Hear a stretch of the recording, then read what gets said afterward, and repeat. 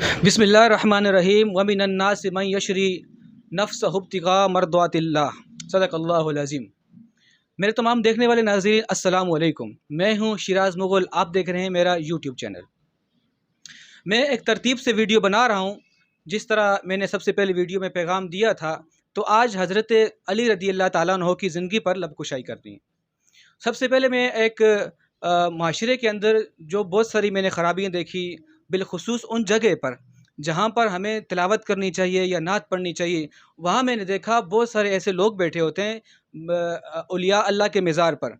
तो सुबह से लेके शाम तक वो चरस और भंग पी रहे होते हैं, शराब पी रहे होते हैं। जब उनके करीब जाओ और अली अली की नारे लगा लिए होते हैं, तो चरस और भंग पीकर अली अली की रट लगाते हैं। जो हज़रत अली का नाम उस पुलीस ज़बान से लेते हैं जिससे वो शराब पीते हैं, जिससे वो नशे करते हैं, जिससे वो चरस और भंग पीते हैं। इसकी मैं ये समझता हूँ माशरे के अंदर एक ऐसा हुकूमत की तरफ से आर्टिकल होना चाहिए जो इनको बाकायदा सज़ाएँ मिलें। क्योंकि हज़रत अली रज़ियल्लाहु ताला अन्हु ने फरमाया था, अगर शराब का एक कतरा दरिया में गिरे और दरिया सूख जाए और उस जगह पर अगर घास भी पैदा हो जाए और उस घास को अगर कोई मेरा घोड़ा खा ले, तो मैं उस घोड़े पर बैठना भी गवारा नहीं करता।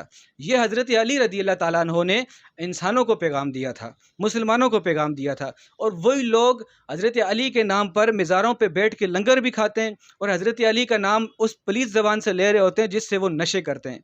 और इसके अलावा बहुत सारे कवाल ऐसे देखे मज़ारों के करीब बैठे हुए जो नमाज नहीं पढ़ते, जिनके मुँह में चरस होती है या भंग होती है, उनका लाइफस्टाइल ऐसा होता है, लेकिन हमारे लोग उसको बहुत पसंद करते हैं। ये माशरे की इस्लाह के लिए मैंने आपको पैगाम दिया। और मेरा जो मौजूद हज़रत अली की जो ज़िंदगी पर लबकुशाई करनी है, मैंने जो आयत करीमा पढ़ने का शरफ़ हासिल किया, वमिनन्नास मन यशरी नफ्सहु इब्तिगा मर्दातिल्लाह, वो बंदा कामिल जो अल्लाह की रज़ा के लिए अपनी जान को पेश करता है।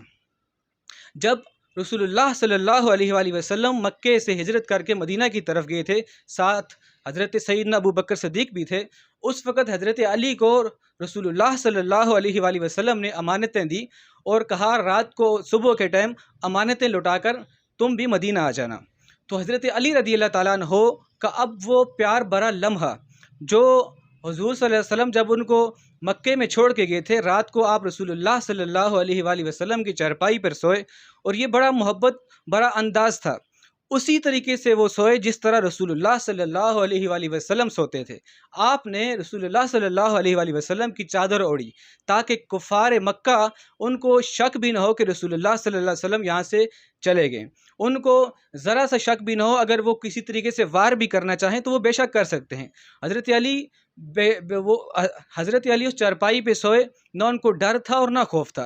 ज़ाहिर है वो चारपाई रसूलुल्लाह सल्लल्लाहु अलैहि वसल्लम की थी और जो चादर आपने ओढ़ी थी वो भी रसूलुल्लाह सल्लल्लाहु अलैहि वसल्लम की थी। ये मोहब्बत का अंदाज़ था हज़रत अली का रसूलुल्लाह सल्लल्लाहु अलैहि वसल्लम के लिए। तो फिर आप सुबह हज़रत अली अमानतें लौटाकर मदीना की तरफ हिजरत कर गए थे। अब इसके बाद एक वो पैगाम जो मैं अपने नाज़रीन को देना चाहता हूँ, हज़रत अली का जो प्यार था हज़रत उमर के लिए और जो हज़रत उमर का प्यार था हज़रत अली के लिए। हज़रत उमर रज़ियल्लाहु ताला अन्हु ने फरमाया था हज़रत अली के हवाले से, जो शाह अब्दुल हक मुहद्दिस देहलवी और इसके अलावा बड़े बड़े मुफस्सिरीन ने ये बात लिखी। हज़रत उमर ने हज़रत अली रज़ियल्लाहु ताला अन्हु के मुतल्लिक़ फरमाया था कि माओं ने ऐसी औरत, अल्लाह ताला ने ऐसी औरतें बांझ कर दी जो हज़रत अली रज़ियल्लाहु ताला अन्हु जैसी शख्सियत को पैदा करें।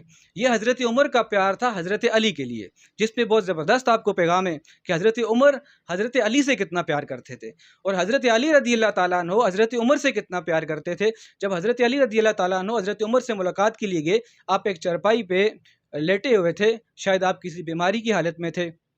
तो हज़रत अली ने जब हज़रत उमर को देखा तो हज़रत उमर रोने लग गए, शायद किसी वजह से वो रो रहे थे। तो हज़रत अली ने हज़रत उमर को कहा, ए उमर, ए अमीरुल मोमिनीन, आप तो जन्नती हैं, आप तो जन्नती हैं। तो हज़रत उमर ने जब ये बात सुनी हज़रत अली के मुँह से, तो आपने कहा, क्योंकि उनके साथ उस वक़्त इमाम हसन भी थे, तो हज़रत अली ने कहा कि ये इमाम हसन भी इस बात की गवाही देंगे क़यामत के अंदर कि आपने मुझे जन्नती कहा। तो ये शान हज़रत उमर ने हज़रत अली के लिए बयान की। इसके अलावा बहुत सारे वाक़यात हैं जिस पर मैं इंशाअल्लाह आने वाले वक्त के अंदर तफसीली बात भी करूँगा। एक दफ़ा ऐसा हुआ, आप किसी जरगे में बैठे थे, बहुत सारे मुसलमान आपके साथ बैठे थे। एक शाम से मुसाफिर आया, आके کہنے لگا کہ آپ کے بارے میں سنا ہے آپ بڑے علم و فراست رکھتے ہیں، آپ کے پاس بڑا علم ہے، میں کچھ سوال کروں گا، آپ مجھے ان کے سوالوں کا جواب دے دیں۔ تو حضرت علی نے کہا اگر تو صحیح نیتی سے مجھے سے سوال کرے گا سیکھنے کے لیے تو میں ضرور جواب دوں گا، ہاں اگر تمہارا کوئی فتنہ کرنے کا ارادہ ہے تو بالکل بیٹھ جا۔ تو اس بندے نے بڑے محبتانہ انداز سے حضرت علی سے سوال کیے۔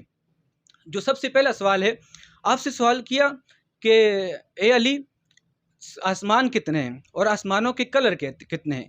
تو حضرت علی رضی اللہ تعالیٰ عنہ نے فوراً جواب دیا، انہوں نے فرمایا سب سے پہلے آسمان کا نام رفیع ہے جس کو دھوئیں، بخارات اور پانی سے بنایا، اور دوسرے آسمان کا نام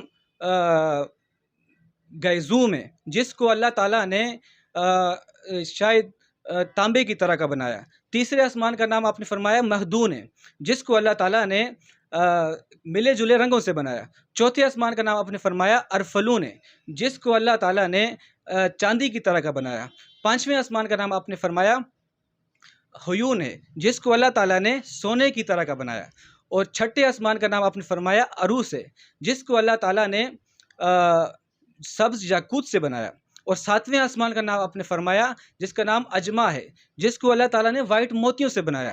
اس کے بعد پھر اس نے ایک اور سوال کیا، یہ بڑے معلوماتی سوال ہیں، بڑے دلچسپ سوال ہیں، جو آپ سنیں گے تو انشاءاللہ آپ کو بالکل علم میں اضافہ ہوگا۔ اور پھر اس نے دوسرا سوال کیا، سوال اس نے بہت سارے کیے، میں 2-3 سوال آپ کی نظر کرتا ہوں۔ پھر اس نے سوال کیا ایسے کون سے نبی ہیں جنہوں نے 2 بہنوں کے ساتھ شادی کی ہے؟ تو آپ نے فوراً جواب دیا حضرت یعقوب بن اسحاق جن کی بیٹی کا نام ہیبہ اور رحیل تھا، اس سے آپ نے شادی کی تھی۔ پھر اس نے تیسرا سوال کیا کہ یہ جو بیل ہے آسمان کی طرف مڑ کے کیوں نہیں دیکھتا؟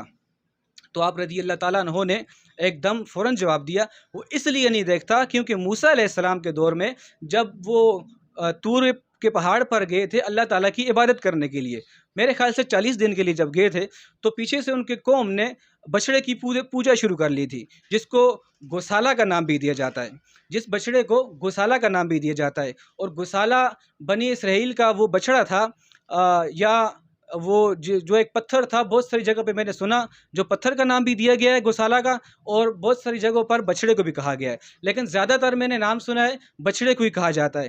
تو اس بچڑے کے اوپر جو سامری جادوگر تھا موسیٰ علیہ السلام کے دور میں، اس نے جادو کے زور پر اس بچڑے کو بولنا سکھایا، اور وہ بچڑا بولنے لگا تو قوم نے جب دیکھا ایک بچڑا باتیں کر رہا ہے تو قوم نے اس کو خدا مان لیا، جو کہ بہت بڑی غلطی تھی بنی اسرائیلوں کی، جس کی وجہ سے آج بھی وہ بھگت رہے۔ اس کے بعد اس نے بہت سارے سوال کیے، تو میرے پاس وقت کم ہے اس ویڈیو میں، تو انشاءاللہ آگے ضرور اس پر میں تفصیلی بھی کہیں بات کروں گا۔